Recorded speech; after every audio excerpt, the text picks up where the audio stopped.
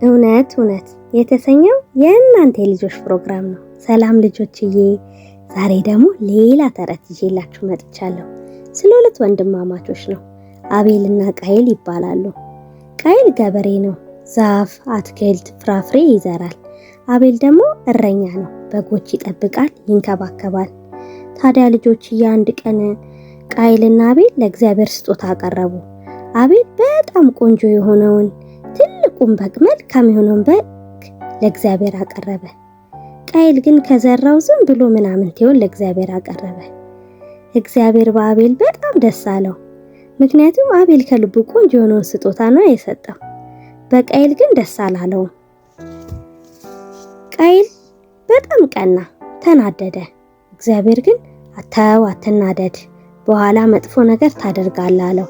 ቃየል ግን አልሰማም። አቤልን ወደ እርሻ ወስዶ መጥፎ ነገር አደረገበት፣ በጣምም ጎዳው። ከዛ እግዚአብሔር ቃየልን ወንድምህ የት ነው አለው። ቃየልም አላየሁትም ብሎ ዋሸ። ልጆችዬ እግዚአብሔር እኮ እውነቱን ያውቃል፣ አውቆ እኮ ነው የጠየቀው። እግዚአብሔርም ቃየልን ቀጣው። ቃየልም ብቻውን ሆነ። ልጆችዬ እግዚአብሔር መልካም እንድንሆን፣ ደግ እንድንሆን፣ እርስ በርስ እንድንዋደድ ይፈልጋል። እሺ እርስ በርስ እንዋደድ። ወዳችኋለሁ። ይሄ ነው የአቤልና የቃየል። ቻው ቻው።